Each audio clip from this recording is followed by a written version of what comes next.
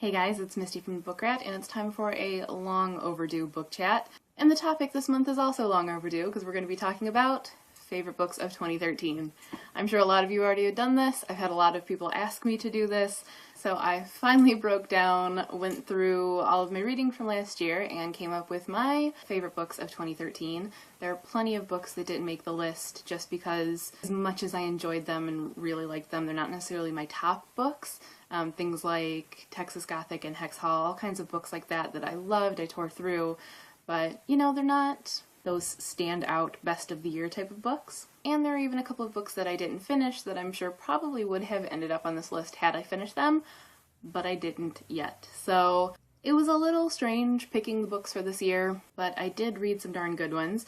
They are not necessarily ranked, but these are roughly in order leading up to my absolute favorite books of this year. So it's a nice big stack, and I'm going to get straight into it. I'm going to start off with a book that is actually MIA right now because a friend is reading it, and that is Godmother by Carolyn Turgeon. This one had to be on the list because I think it's probably the most discussable book I read in 2013. It has a very open ending and it will be great for discussion, great for book clubs. I think it has a lot of really interesting area to explore, so had to make the list.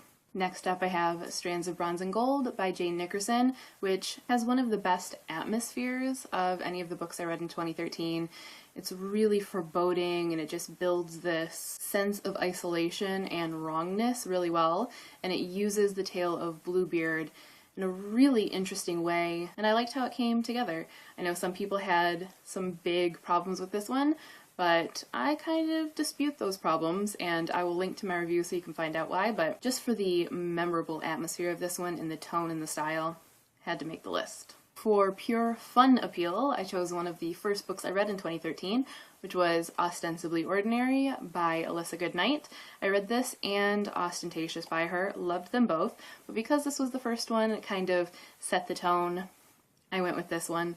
It was just pure fun. It had good steaminess, good characters, and really great use of contemporary and fantastical elements, Jane Austen love and spy culture, and it was fun. Next up is Across a Star-Swept Sea by Diana Peterfriend, which is the sequel to For Darkness Shows the Stars, which I really liked, but I like this one even more. And I love when you have the second book in a series really grow and get stronger. Normally you're hit with the sophomore slump and you're like, it was good, but not as good as the first.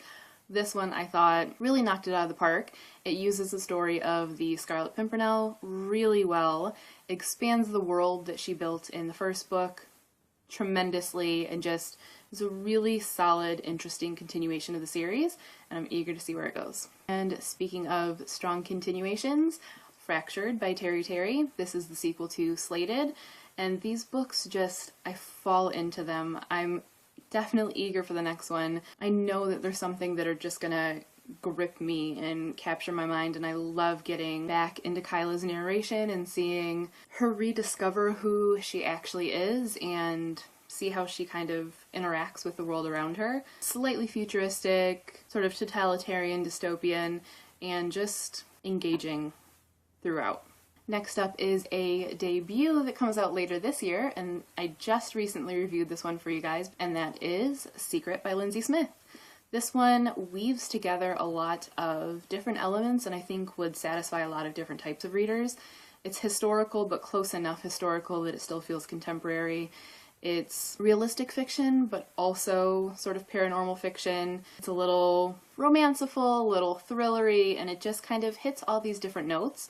What I loved most about it, other than the main character, Yulia, really liked her, but what I loved most was the sense of tension. I talk about tension a lot in my reviews, and I think Lindsay Smith nailed that. Next up, what kind of year would it be without some Laini Taylor? Lips Touch 3 Times by Laini Taylor. Now you're probably wondering why Days of Blood and Starlight isn't on the list. I read it in 2012, so it's actually on that list, but that one was a knockout, so it would definitely be high on this list, probably top 1 or 2. But instead, I had to get my Laini Taylor fix some other way, so I went with Lips Touch, which I read for Fairy Tale Fortnight. It's 3 different stories that are interlinked, and they're all centered around the idea of a kiss. She approaches each of the stories very differently. She changes her style slightly for each story, gives totally different tone and atmosphere, and just really shows her skill and her beautiful way with words, and just, I loved it. And I can't decide which story from it is my favorite. Maybe it's Goblin Brood, I really liked that one, but I liked them all. Beautiful, and something I know I'll reread, and that always would deserve a spot on a best of list. Next up is Liar's Moon by Elizabeth C. Bunce. This is the sequel to Star-Crossed, and I don't know why I waited so long to read this. It was so good being back in the world and being led by Digger's narration. I really, really enjoy her as a main character. The world building feels really effortless. I know it confused some people, but I was never really confused at all, and just kind of captivated by it. And I really, really desperately need there to be a third book in this series, so any head honchos out there are watching, from Arthur A. Levine books or Scholastic or whoever, get on it. Now on to another one that is loaned out at the moment, so I can't show you the book, but it is Anti-Goddess by Kendar Blake. It's a modern retelling of sort of Trojan War aspects, and I just loved it. I love the characters she creates, and I love the sort of unflinching quality that she approaches the story with. She ripped my heart out a little bit with that book, but I cannot wait for more from that series. Just so good. Next up we have The Real Boy by Anne Ursu. It was just a given that this was going to end up on a top list for me. I adore her writing.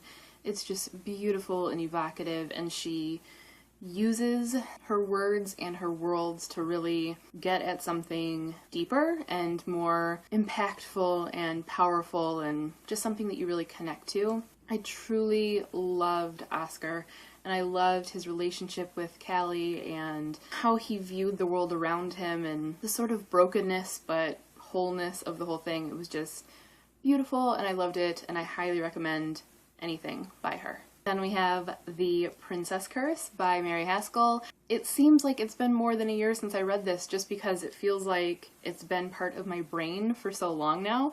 That's how deeply ingrained it became. The 12 Dancing Princesses was my favorite fairy tale as a kid, so maybe I'm a little bit biased, but I thought this was just a stellar take on it. And I loved just everything about it. I don't remember there being one negative thing that I had to say about this book. This is another one that I want desperately to have a sequel. I don't know if it ever will, but I want it badly. Top 3. This one was a really hard one to place, but it is Siege by Sarah Moosey. This is the ARC, so this isn't at all what the finished cover looks like, but this was a hard one because it's about a school shooting, and it goes a little crazy paranoid in its dystopian elements, which I think might turn some people off. I also think it's going to be a really hard book for a lot of people to even get through, let alone call a favorite. It's one where you're like, how can you say you liked this book when it's about something so painful and horrific? But it was so unbelievably powerful and well done, and just one of those books that you have a visceral reaction to. You know, your heart pounds and your stomach drops and you're just like tense and anxious. I will not lie to you, I bawled like an absolute baby at the end of this book, and I almost feel like a bad person pushing it on people because I know it's going to crush them. At the same time, like, just read it. It's so memorable and moving and difficult but worth it. Next up is another book that comes out this year, and I would highly recommend you pick it up. That is The Winter's Curse by Marie Rutkoski. This is the first book in a new series that I am going to go ahead and say is going to be a big one. You're going to want to read this. It's just super engaging. It's got these historical elements and high fantasy elements, but I don't think it's really strictly one of those things. It more feels kind of a hybrid of different styles, different genres, and again, one of those books that I think will hit a lot of notes and please a lot of different types of readers. It's beautifully written and very engaging, and I love that it doesn't shy away from darker aspects of war and injustice and just human nature. It explores them nicely, and I think is going to grow tremendously into a really powerful series, and I ate up every minute of it. And lastly, my favorite book of 2013 was a no-brainer when I sat down to make this list. One that comes out very soon, and I would recommend you pick it up, and that is Cress by Marissa Meyer. I loved Cinder. One of my favorite books. It was memorable and stayed with me, and I couldn't wait to continue the story. And though I loved Scarlet, I didn't love it as much as Cinder. And I mean, I absolutely thoroughly enjoyed it and still highly recommend it, but some of the sparkle of what I loved about Cinder was missing for me, and it felt a little bit like there was a little bit of a struggle to juggle all of the plot lines, and no, I didn't mean to sound like Dr. Seuss there.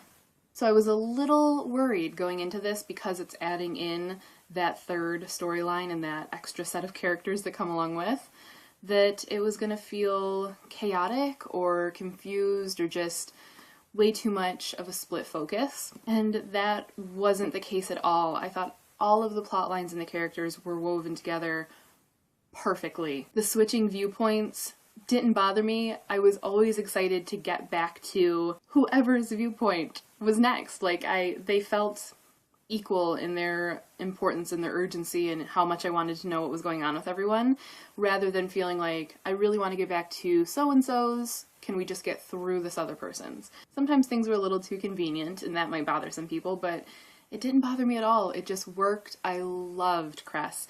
I loved her as a character. I loved how the story of Rapunzel was worked into this world that Marissa Meyer has created. I loved how Cinder's and Scarlet's storylines were furthered, and really eager and excited for where it's going in book 4. There wasn't a minute that I didn't enjoy, and I think, and this kind of shocks me to say it, but I think I might even like this better than Cinder, and I didn't really think that was possible. If you haven't started the Lunar Chronicles, do. If you are a fan of the Lunar Chronicles, pre-order this one. It's a knockout. And there you have it. Those are my favorite books of 2013. Sorry it took me so long to get them up for you guys, but there you go for everyone that asked. Let me know what you think and if you agree or disagree, or if there are any that you're really eager for. And let me know what some of your favorite books of 2013 were. That's all for now. As always, thanks for watching and happy reading!